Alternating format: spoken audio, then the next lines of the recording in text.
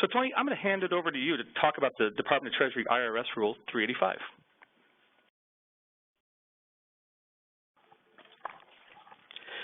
A top issue on the minds of treasurers today is the inversion rule. IRS Rule 385 is a proposal likely to be enacted very shortly, designed to curb inversions. That's U.S. companies merging with offshore companies and moving their headquarters overseas. But the rule as written, and we want to explain that today, has the potential to fundamentally change corporate cash management and banking structures for just about every medium and large-sized corporations. Now, Treasury Strategies is on top of this, and in fact, we've commented on this to the Treasury and the IRS. The rule is actually called the Treatment of Certain Interests in Corporations as Stock Indebtedness. Kind of an interesting title because it really explains the mechanics of how the rule works as opposed to the objective of the rule. But the primary intent is to reduce or eliminate corporate inversions. Secondary intent is to penalize a practice that the Treasury refers to as earnings stripping, that is, companies adjusting their transfer prices in a way to shift earnings into lower tax jurisdictions. Now, there's already an OECD an initiative underway called base erosion and profit shifting, and that's been underway for a couple of years. It kind of makes this redundant, or from the standpoint of a corporate treasurer, it makes life a lot more complicated. Now, while those are the objectives of the regulation, the practical effect is to put at risk most treasury management programs and the supporting bank services. And it does this because it essentially looks at commingling of corporate cash across business units as a manipulation, as something that is not a good thing. Now, the IRS proposes several tests that would make cash commingling acceptable. However, those tests are very complex and very detailed and almost impossible for a company to meet on a daily basis, and they are accompanied by serious penalties such that most of the corporate treasurers with whom we work here at Treasury Strategies are, at least at this point, unwilling to take the risk of tripping one of the tripwires. And the problem is that in these routine transactions where, business unit A lends money to business unit B and pays it back tomorrow, and this goes on, ad infinitum, the IRS will have the authority, should you not meet all of the myriad tests in place, to reclassify your debt as equity. And therefore, the corporation loses interest deductions, tax credits, and, there's a whole cascading effect of penalties that kick in.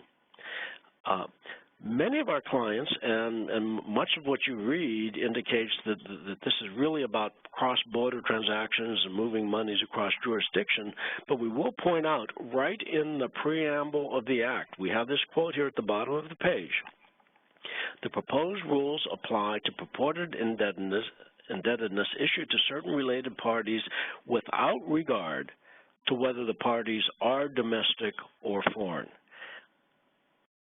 This, frankly, at Treasury Strategies, we're mystified at why Treasury would have thrown this particular phrase in right at the end of the preamble, except to say, we're going to be watching everybody here. Now, why is this a concern? Well, first of all, it impacts routine cash management practices.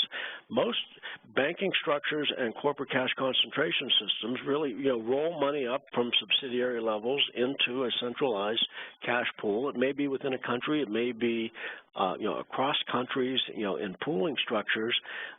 But, this is a common cash management technique that we point out in our comment letter even the U.S. Treasury itself uses. So go figure. One of the things that's required in order to escape the draconian penalties is extensive documentation of intra-corporate funding. So if you're going to commingle cash in a cash pool, on day one, Division A lends money to Division B. On day two, Division B pays it back. Each of those is actually a separate loan under 385 and requires documentation up to and including an independent credit analysis of the borrower. So, today subsidiary A has to actually do a credit analysis and document that analysis, and then tomorrow B does the same on A. I mean, obviously impractical.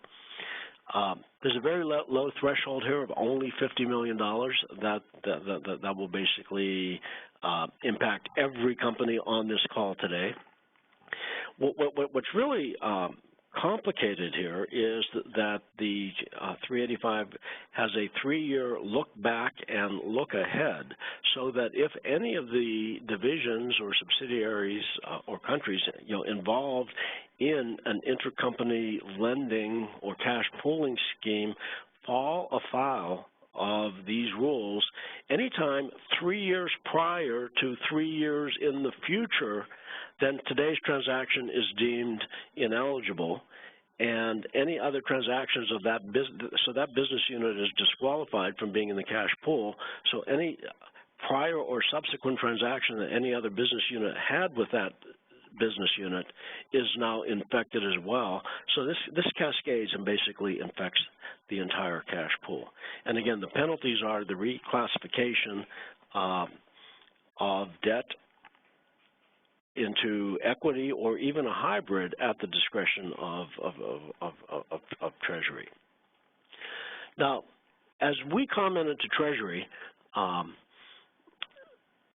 the rules go far beyond the scope of corporate inversions, and they basically touch basically every mid-size and large American business, as well as most non-U.S. headquartered companies doing business in the United States.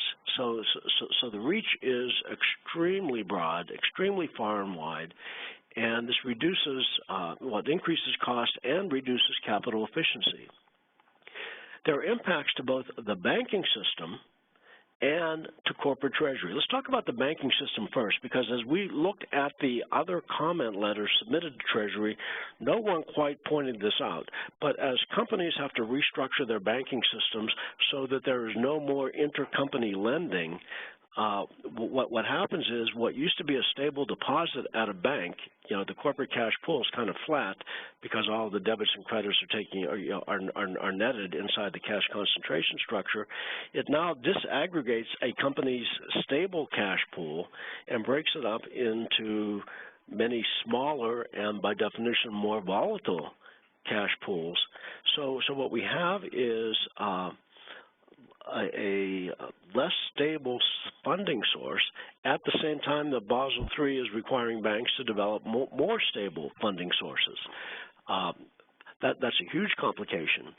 Now, in addition, from a bank perspective, banks have a nice low-risk revenue stream from the cash concentration services and the information services and the pooling services that they provide to corporate treasurers. Again, from the standpoint of the safety and soundness of the global banking system, that is a good thing. It's very low risk, and it's stable revenue, and that will conceivably be lost. So, there are issues that we point out to regulators that they need to be concerned with regarding the banking system. Now, corporate treasury is impacted in a number of ways. It's very likely that the companies, in order to comply, will reduce their level of intercompany lending. And the way to do that, if Company A cannot fund a shortfall, if Division A cannot fund a shortfall in Division B, that means Division B just needs to hold more cash so that there is no shortfall. And again, in our comment letter, we point out that if this causes an average company to have to hold an extra 5 days additional cash flow on their balance sheet, then companies, just the Fortune 500 companies alone, will have to hold an additional $230 billion of stranded cash on their balance sheet. That is, you're going to have to raise another $230 billion to make sure that you don't require or to supplement the intercompany lending that you might have been doing. In addition to that, companies will need to change their cash concentration systems to make sure that these pools don't cross-infect each other and that the cash flows can be absolutely seen and documented as they go up and down the line. That means changing concentration structures, banking services, pooling structures, and the related technology around your treasury management systems. That's clearly complex.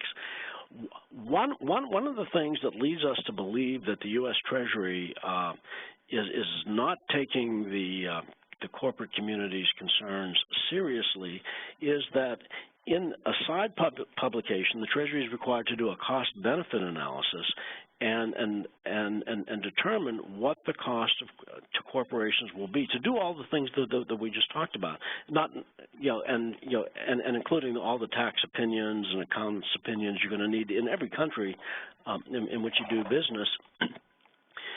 In their cost-benefit analysis, the Treasury said aside from a few large multinational companies, most companies will incur an additional 35 hours per year of additional work to do everything that I just talked about at an average cost of $18 an hour. Now, think about that. Think about what the Treasury is saying here. They're basically saying, we don't care what you have to do. And we're going to totally discount that. That pretty much tells us that the Treasury is taking a hard line here. So we actually proposed a path forward, and we'll keep you posted on this. We requested that Treasury more narrowly draft those sections of 385 that lead to the unintended consequences that we point out. We asked Treasury to enumerate specific cash management practices as being outside the scope of 385, to define a safe harbor that is unambiguous so that you will know that if you do certain things, you will not run afoul or accidentally hit a tripwire and contaminate your entire pool. And for the purposes of routine corporate treasury transactions, eliminate the 3-year look back and look ahead. You can see our analysis on the website that we have there, and also we're putting together. We'll be doing email updates, and if you would like to be on our email update list, just send us your send an email to me at Tony_Carfang at treasurystrategies.com, and we'll keep you posted. Thank you.